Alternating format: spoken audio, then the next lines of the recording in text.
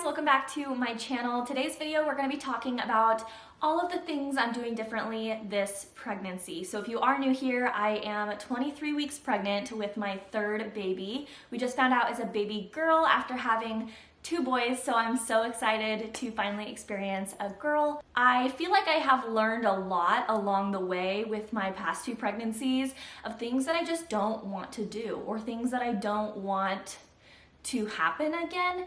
So I have a list of about 12 things that I am planning on doing differently this time. So if you guys are interested in hearing those things, then keep on watching. If you are new here, please consider hitting that subscribe button down below so you can follow along this pregnancy journey with me. I would love to have you. And if you guys like these kinds of videos, please consider giving this video a thumbs up so that I know you guys like these and I know to make more. Without further ado, let's get into it.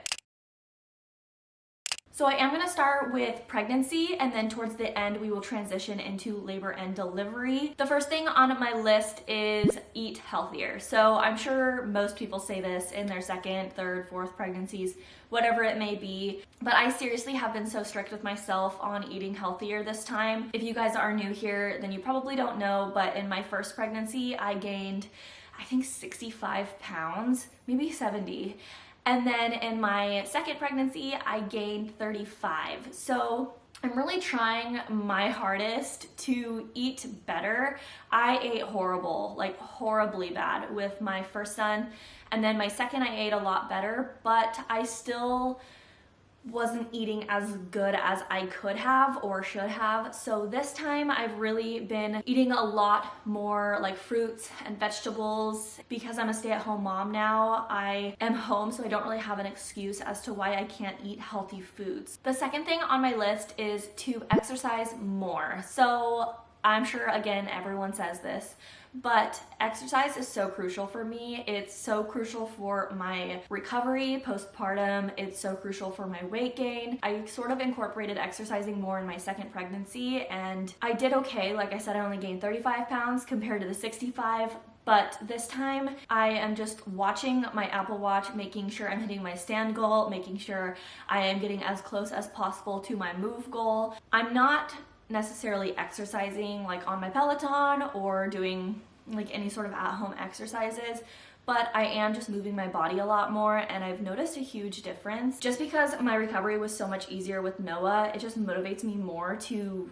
exercise and keep my body moving throughout this pregnancy, because I do not want to have the same recovery as I had with Weston. It was terrible. I couldn't walk for 3 weeks. It was just bad, and we'll get into more of those details further on in this video when we talk about labor and delivery. But yeah, exercise is definitely one that I am prioritizing. The third thing I am doing differently is I'm not impulse buying baby things. I feel like every mom gets so excited. They want to buy all of these baby things and baby clothes and everything, and I'm not doing that this time. I've only bought 2 onesies and 1 little jacket, which is for 12 months, so she's not even gonna be able to wear it until she's like a year old. I also just want to make sure that I have exactly what I need. I don't want to overbuy on clothes. Really, you don't need very many newborn clothes. They grow out of that size so fast. We are gonna have a little baby sprinkle this time, so I am just going to see what I get from that, and then I'll buy more if I need to, but I just don't want to impulse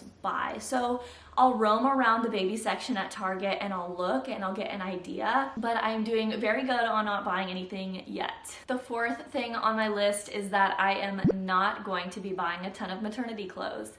So I have bought a couple pairs of maternity leggings, a couple pairs of maternity t-shirts, and a couple pairs of maternity tank tops, and that is it. I am not buying maternity dresses. I'm not buying maternity jeans. I'm not. I am strictly only staying with like my 2 pairs of leggings, my 2 tank tops, and my 2 t-shirts. And if I need to buy more because they rip or they are looking gross, then I will. I feel like maternity clothes are such a waste of money, especially at this point where this might be our last baby. I don't know if I will be pregnant again after this, so I don't want to spend a ton of money on maternity clothes if it's just gonna be basically a waste of money. So like I said, I just have the staple maternity items. And then the thing I love about being pregnant in the winter is that you only need the basic maternity tank, and then anything else probably fits. I mean, all of my jackets and cardigans and stuff like that still fit me. And it looks like I have a bunch of different outfits for maternity, but it's not just maternity, like just the tank top is, but everything else was in my wardrobe already. My fifth thing is I'm going to be taking it easier. So I feel like in both of my previous pregnancies, I was always going, I was working full time, I was just constantly doing things. Especially my second pregnancy, I was working a full-time job at a fast-paced coffee shop, and I never really was able to sit down. I was never really just able to relax, especially because I also had a toddler at that point. So this time I'm taking it easier. I'm listening to my body. When I need to rest, I rest. When I need to sit down, I sit down. And it's just been so game changer for me. The sixth thing on my list is to take more bump shots. My first pregnancy, I think I took maybe 2 bump shots. My second pregnancy, I did take a lot more, but this pregnancy, I am taking them all. But I look back and I want to see bump shots in my first pregnancy, and I don't have any. And I really, really wish I had taken more, but I just didn't. So that is one thing I am doing, is taking more bump shots, documenting my pregnancy, and just so that when they're older, I can look back and I can remember it and I can relive it in a way. I don't know, because pregnancy it's so special and it goes so fast. I mean, when you're pregnant, you feel like it takes forever, but once it's over, you kind of miss it in a way. So just documenting it, taking more bump shots, it just has been really important to me this time. The seventh thing on my list is to take maternity photos. So I have never, ever taken maternity photos, like professional maternity photos, and that is something that I really want to do this time. So I think we're gonna do it. I have to schedule an appointment for that. I want to get a little further along so my bump's a little bit bigger, but I think that would be so fun, especially if this is our last. Like I said, I don't know if it is, but if it is, I just want to have those photos. And again, I wish I had done that in my other pregnancies, but with Weston, we just didn't have the money. And then with Noah, we just didn't do it. So this time it's definitely on my list of things to do. And then my eighth thing and the last thing for pregnancy is to embrace pregnancy. So I always get towards the end and I'm just so ready to be done. I'm so ready to get them out and be done with pregnancy. And this time I'm just really embracing it. I'm really enjoying every second of it. I'm just trying to appreciate it a lot more. I feel like every stage, pregnancy, newborn, it's just all so special. And so now that I'm a little bit older, I really cherish it a lot more. So moving on to things for labor and delivery, there are certain things that I hated about my labor and delivery experience the first time and the second time. So this time, I know exactly what I want from labor and delivery. I know exactly what I don't want from labor and delivery. So I'm gonna share those with you guys right now. The first thing is that I'm gonna ask for my epidural as soon as I feel like I need it. I may have already mentioned this in a past video because I did this with my second pregnancy as well. With Weston, my oldest, I did not ask for my epidural until I was in excruciating pain, and it takes them about an hour to get it to you. So by the time I got my epidural, I was 8 centimeters dilated. I was in so much pain, and thank goodness they were able to still give it to me, because at some point they can't do it. Like, they can't give it to you, you'll just have to go without. So I feel like I cut it really close and just not gonna happen again. So then with my second pregnancy with Noah, I asked for it as soon as I felt like I needed it, and I think I got it around 5 centimeters. I'd have to go back and look to know exactly when, but I got it a lot sooner, and it was game changer. So I'm gonna be doing that again. The thing with the epidural and asking for it sooner is that it can slow down labor, it can slow down you dilating, and you also can't get out of the bed when you have an epidural. So that is one of the reasons why a lot of people wait to ask for it. But I have found that it does take a while to get, and then at that point you could be like 7 or 8 centimeters dilated and in a lot more pain. So this time, again, I'm going to be asking for my epidural probably around 4 to 5 centimeters, probably. As soon as I feel like, okay, these hurt, like these hurt, I'm gonna ask for it. It hasn't slowed down my labor at all, to be honest with you guys. So that's just me though. You know, it could be different for everyone. So make that decision for yourself for when you want to ask for it or if you want an epidural at all. But I have found in my experience that asking for it sooner rather than later is super beneficial. The next thing is I want to document labor. So with Weston, I didn't document at all. I took maybe 2 pictures and that was it. And I have nothing to look back on. With Noah, I took a little bit more pictures, maybe like 5 or 6 pictures, and then I documented everything and I wrote everything down so that I could film my video that I was making, but I didn't actually document it. I just wrote everything down. So this time I want to document it. I want to take videos and pictures and everything, just because I know now that I want to look back on that stuff and I can't. And it bothers me so much that I didn't document more of those pregnancies. So this time I'm definitely documenting everything and I'm definitely taking more pictures and videos. I've already told my husband, Jamie, you are going to be recording things even if I'm like in excruciating pain. I want you to document it. I want to be able to look back at it. The next thing is I'm not allowing visitors in the hospital. With Weston, I had visitors an hour or 2 after I had him. I was a brand new mom. I was learning how to breastfeed. I was getting to know my baby and I was trying to recover. Like I said, recovery with him was horrible. I had 44 stitches. I had a 4th degree tear. It was excruciating. I feel like I was a zombie for the first 2 weeks with him. I was in so much pain. And like literally an hour or 2 after I had him, there were people in my hospital room, and I'm a brand new mom. I was 21 when I had him. I was learning how to breastfeed. I was getting to know my son. I was trying to rest and recover and just process what had just happened to me, like what I had just gone through. And it was just really hard. I loved that everyone wanted to meet him. Like, don't get me wrong.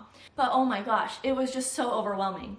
And I remember like needing to breastfeed him, but one of my brother-in-laws were in the room and I didn't feel comfortable doing that. So I just didn't. And then like once they left, I was like, okay, give me him, like I need to feed him. But we had so many visitors and it just, no. So then with Noah, I was like, I'm not gonna have visitors. And the ones we do have are gonna be like immediate family, like parents only. So we did that and that was a lot better. Looking back, even just our parents and then my grandma brought Weston, it just wasn't necessary. You know, being in the hospital, you have nurses coming in every, I think 30 minutes to an hour.